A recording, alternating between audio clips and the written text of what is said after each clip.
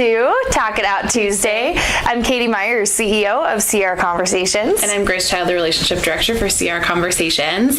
And today we're kind of doing a 2.0 bring back next level follow-up kind of stuff. Next level follow-up kind of stuff. Going on, staying with the follow-up messaging for this month.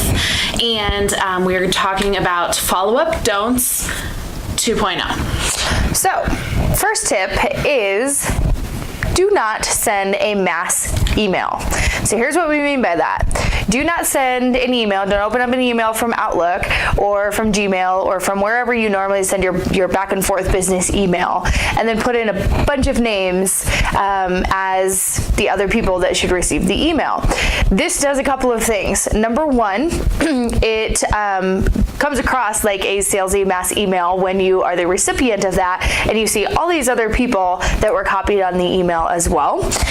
There is a fun little thing called a blind copy that you can put on there if you need to send an email to somebody that you don't want to see the other recipients. That's what the BCC means? Yes, blind carbon copy. BCC, blind carbon Fun copy. fact of the day. Fun fact. But that should only be used if you're sending an email to maybe a couple of different people, or maybe you're sending an email for somebody to review, something like that. It should never be sent as your follow-up. Don't send a mass email. Use an email marketing system like MailChimp or All Pro Web Tools or Mailgun or something like that. Yes.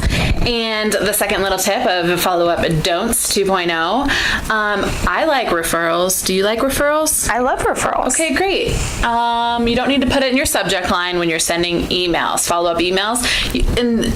You don't have to say it anywhere. Doesn't need to be in your signature.